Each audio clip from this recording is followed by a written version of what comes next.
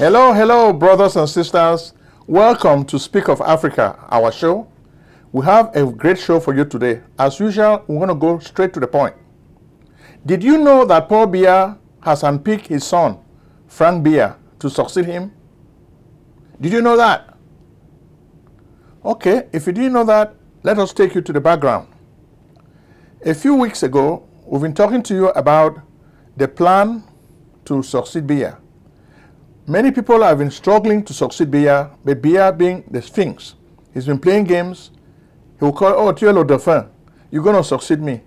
Once he knows that you have presidential ambition, he puts you in jail in Congo. And this has happened to so many people, okay? Atana Mebara was one of the victims, okay? Then you have so many victims of ambition. Titus Ejua, what was his crime? Presidential ambition. So whenever you have presidential ambition, Biya locks you up or kills you. But he has designs for succession. He has designs for dynastic succession.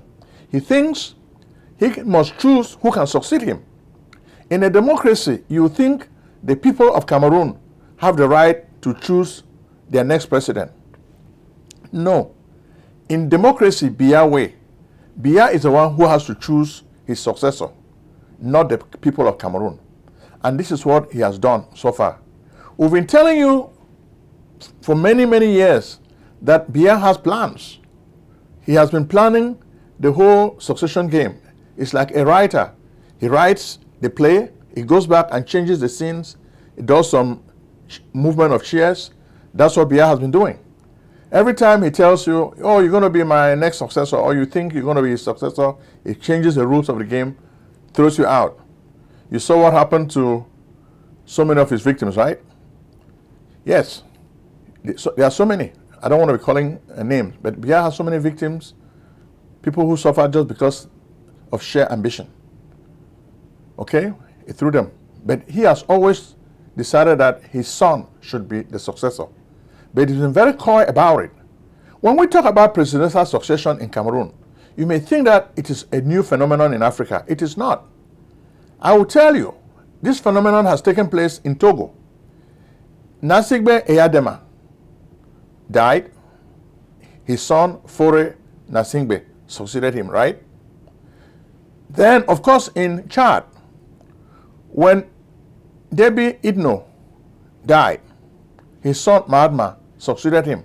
In fact, Emmanuel Macron went to Chad to preside over this ceremony of succession. So it was not just like something that was done without the French knowing. So you see now, this is the death of democracy in Africa. Okay? The colonial powers love to trash the rules of democracy. They will chant democracy, democracy when it suits their ends. But when it suits the ends of the African people, they toss it out of the window, just like trash. Okay? Then, of course, Chad and Togo are not isolated cases. Look at Egypt. Hosni Mubarak wanted his son Gamal to succeed him until the Arab Spring came and torpedoed these plans. Look at Libya. Muammar Gaddafi wanted his son, Saif Islam, to succeed him until the revolution came and swept him away. So political succession in Cameroon, we've done some research, we've seen the science. So people can say, how are you getting all this information? We study statistics, we gather news, we gather information. All the signs are there. If the Cameroonian people are sleeping, woe betide them because they're in a hard place. Paul Biya has ruled Cameroon officially since 1982. His son is very young. From what we see, this is the onset of the Biya dynasty. His son is going to rule Cameroon for more than 50 years because look at how young he is. So I hope the Cameroonian people are really ready for what is going to happen to them. The effects of this new game that Biya has designed for them to enjoy. When you look at this, you start asking yourself, are the Cameroon people sleeping? No, the people just don't have a way out. Biya has captured the apparatus of power. He can do and undo. Biya is God in Cameroon. He's like a colossus, a titan. He can do whatever he wants to do, and nobody has the power to question him.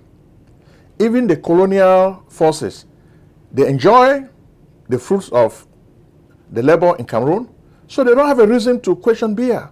Biya is le meilleur élève, the best student, the most malleable guy who can give them what they want. So why would they try to torpedo his political plans? They are in this together. They are the Ali Baba and the 40 thieves. When Biya steals, he gives their fair share. So they are happy.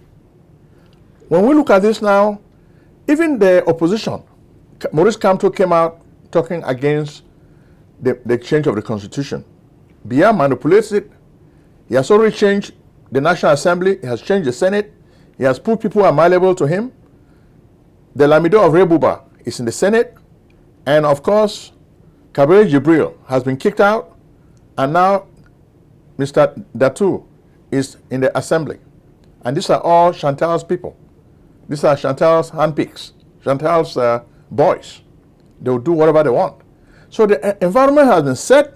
Everything has been engineered to make for self-landing. But when we look at the political succession in Cameroon, much of you are hearing it just because they talk about the creation of the post of vice president. This is not the first time. Foncha has been vice president before. You should remember that. John Gu Foncha. When the two Cameroons came together, John Gu Foncha became the first vice president of Cameroon. In 1972, Aïdjo abolished the post of vice president. And this is how John Gu Foncha faded into the sunset. But Biya has brought this tool again because it's a tool of succession. Nye Jifenji, who is supposed to take over, even died. We hear he even died many months ago. But it was just announced now that Nye Jifenji, the president of the Senate, has died. So this game has been already played, and we know where it is going. So you ask yourself, what are the probably 3 scenarios that may happen? Because when we look at this, you hear the news. Biya engineered everything. The National Assembly has accepted it. The Senate accepted. So everything is now into law. So plans are laid out now for Biya to officially announce that Frank Biya is the vice president. He has never held political power, and that's why people are really dismayed. He's also going to be in charge of the army. So that makes it easy for there to be the least resistance in case people are not happy with the choice of Frank Biya. Because when we look at the political winds in Cameroon, we see 3 possibilities, 3 scenarios. One scenario is a smooth transition. So this is the first scenario we're telling you. In this scenario, there's going to be no conflict, no resistance. The people are just going to accept Frank Biya as their vice president, so that when Biya dies, Frank would become the president. But already he will be acting as president because his father is really vegetable. So which means the so-called clan warfare that we've been talking to you about will not play out. Nobody would dispute it. So this is the smooth scenario. Then there's the second scenario. This second scenario is a scenario of instability. But we think the likely scenario is not going to be the first scenario. As much as there's a lot of apathy in the populace, there are so many elites who are not going to accept this choice of Frank Biya. They may not show their feelings right now, but they are planning, they are strategizing. Especially when you have those in the CPDM. And I would even start with Ferdinand Gongo. For so many years, he has been running Cameroon as the CEO of Cameroon Inc. So he thinks he should inherit the mantle of power. He sees himself as the president. Right now, the president is like a triumvirate. Biya, the father, who is the godfather, Cameroon is their property. So that's how they feel. Cameroon is their property. Nobody should touch it. If you try to touch it, it's like you've gone to their house and taken something that belongs to them. They'll challenge you. So your average Cameroonian is just sideline, watching from a distance. Okay? They are watching this drama from a distance. So the military is going to be the missing element in this whole drama. People have calculated. They may appoint all their people in the right military quarters. But you know, you can never really be sure with the military. The military, just look at like what happened in Guinea.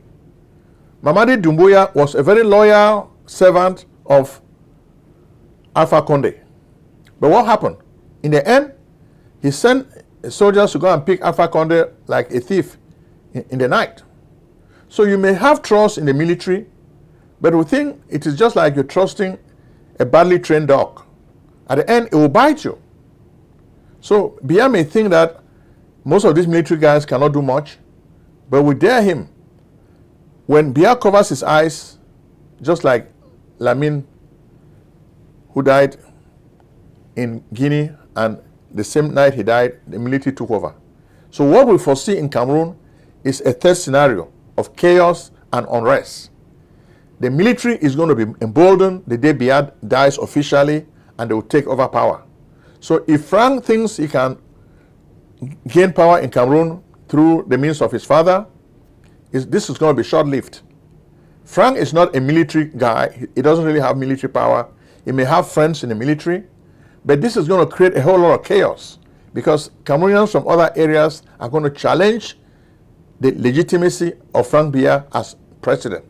And this is what's going to create the unrest. So you begin to see what is happening now in Cameroon. Jeune Afrique has covered this extensively.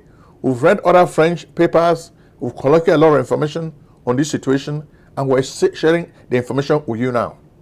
So you may think that dynastic succession risks are only in Cameroon, but we see the risk in other countries in Africa. So the risks are not limited to Cameroon. We see the risk in Equatorial Guinea. In Equatorial Guinea, you guys know the Obiang family, right? Theodore Obiang killed his uncle, Mathias Ngema, and took over power. Since then, the country discovered oil. He has not relented. He wants to stay in power until he dies, and he has already chosen his son, Theodorin, to succeed him. You see Theodorin going to places. This playboy, good-for-nothing guy, is running a country in Africa. Then you ask me, why is there a lot of mediocrity in Africa? Because we choose the wrong leaders. We choose leaders who don't have the wherewithal. We choose leaders who do not love their people. We choose leaders who are not nationalistic.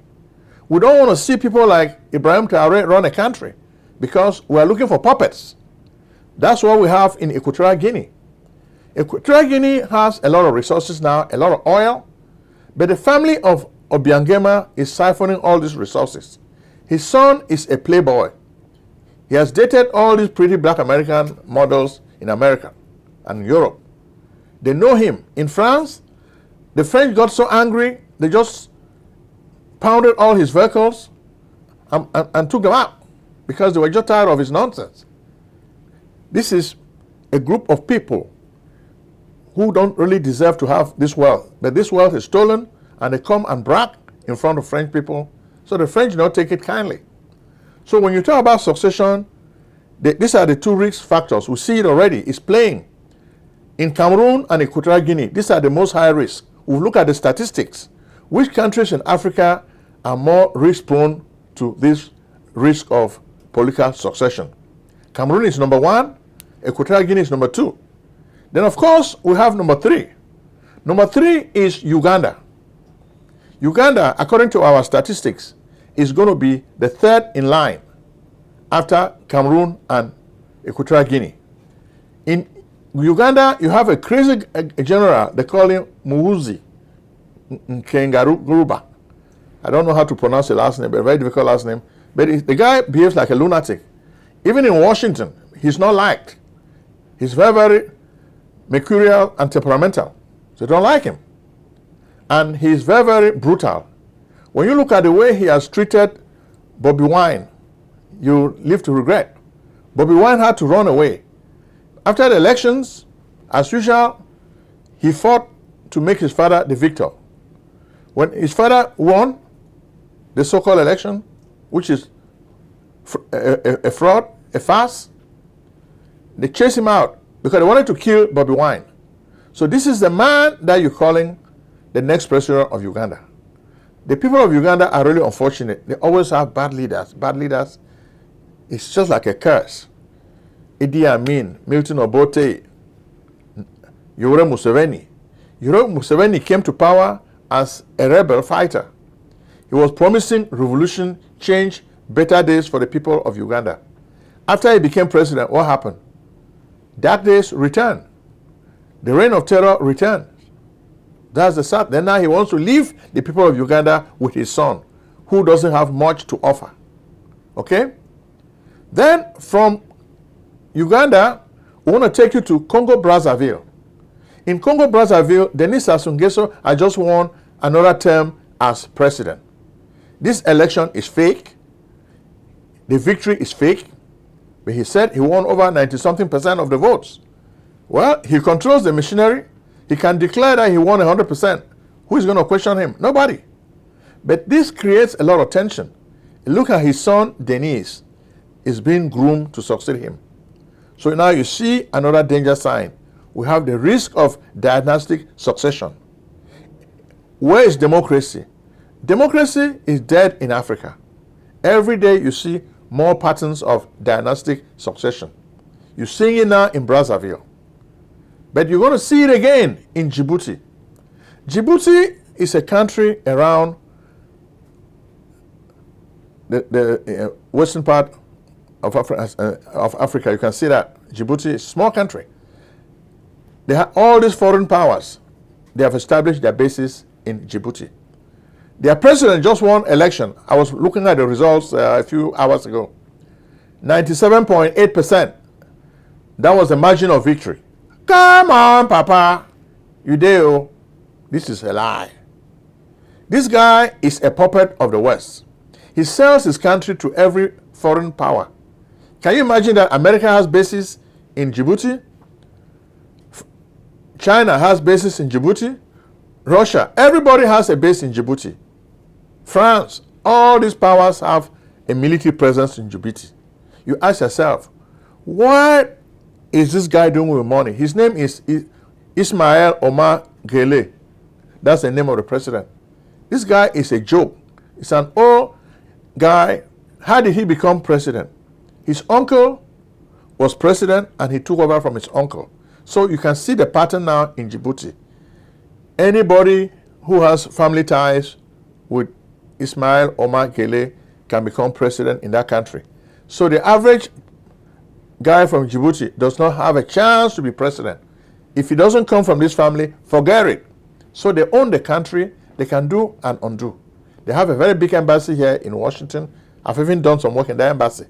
I've helped them with their computers. So I know the place. This guy runs the country like a king. You hardly even see him. Ismail Omar Guelleh. You hardly see him. But he collects money from all these foreign powers. When you see pictures, the bases are everywhere. The bases are everywhere. Does he care about his people? No. The people are poor, but he just wants to satisfy the needs of the foreign powers. That's what is happening in Djibouti. And finally, we take you to Nigeria. Nigeria has the least risk of succession, but we can still talk about dynastic succession in Nigeria because Bola Tinubu is planning that his son Sheyi can take over from him. In Nigeria, you may say it will be tough for this to happen, but nothing is impossible in Africa when a president has ambition. The first part of Bola Tinubu's ambition is forget about worries about instability, insecurity, terrorism. Forget about helping the people because the economy is in shambles and the people are suffering.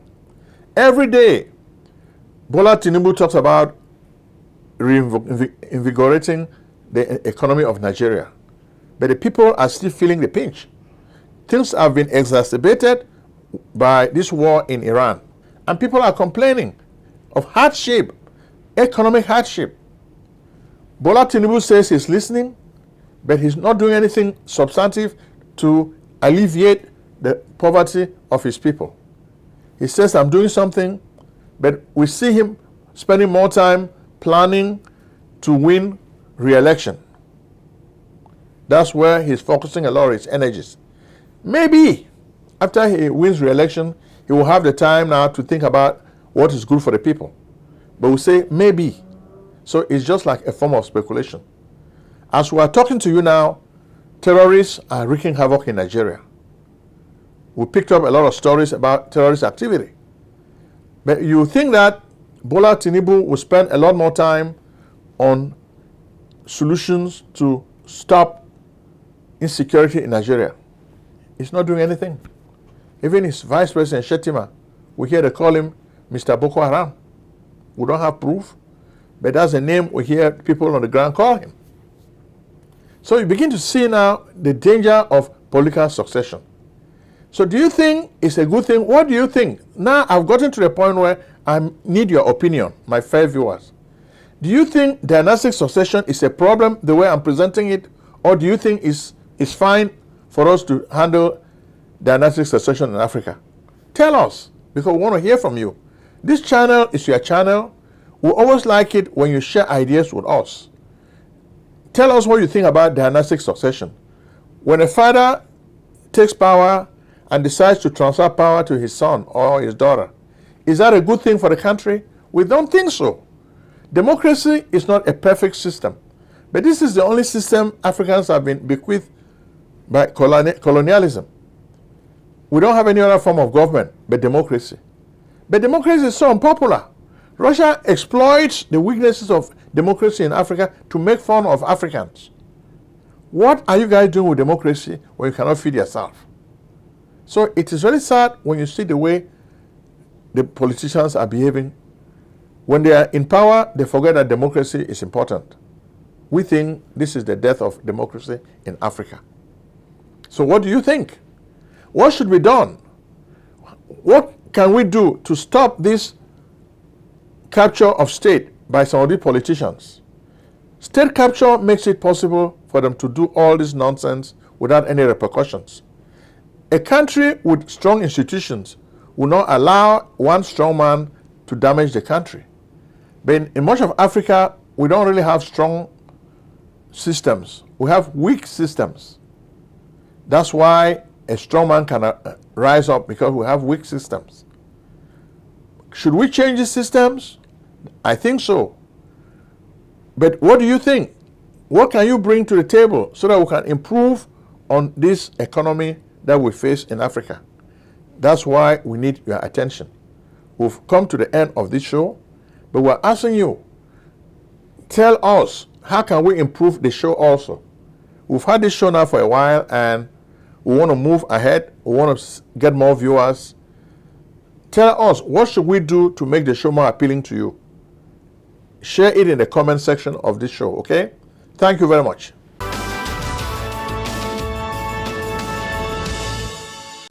Selling a service or a product? Need buyers? Use the African Nation TV as a channel to reach many viewers. Act now and call Prince Ojong at 240-350-1131. That's 240-350-1131. Act today.